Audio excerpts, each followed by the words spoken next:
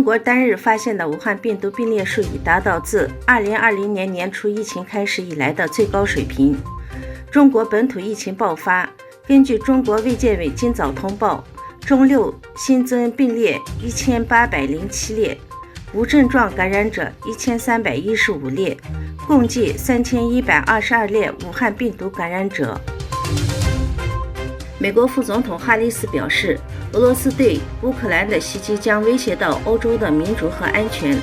哈里斯在民主党会议上发表讲话时强调，美国、北大西洋公约组织及欧盟盟友需要联合起来反对来自俄罗斯的威胁。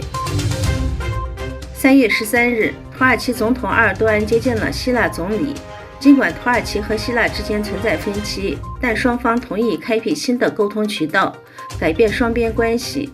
会议期间，双方还讨论了为实现100亿美元的目标应采取的新的措施。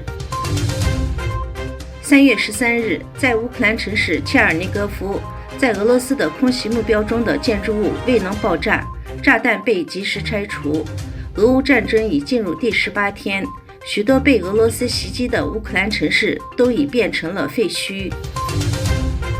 中印边境争议在2020年6月与拉达克东部爆发冲突后，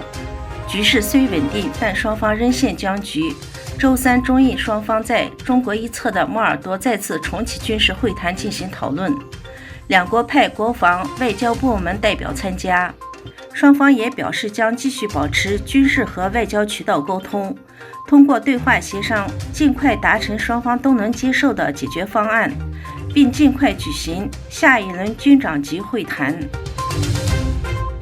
周日，在基辅西北部边缘的伊尔品，一名美国记者被枪杀，另一名记者受伤。乌克兰军队正在那里与俄罗斯军队作战。美国报纸《纽约时报》在一份声明中说，死者是50岁的一名摄影师及电影制片人，并强调他过去曾为《纽约时报》工作，但没有在乌克兰为《纽约时报》工作。土库曼斯坦12日举行总统选举，共有9名候选人参加竞选。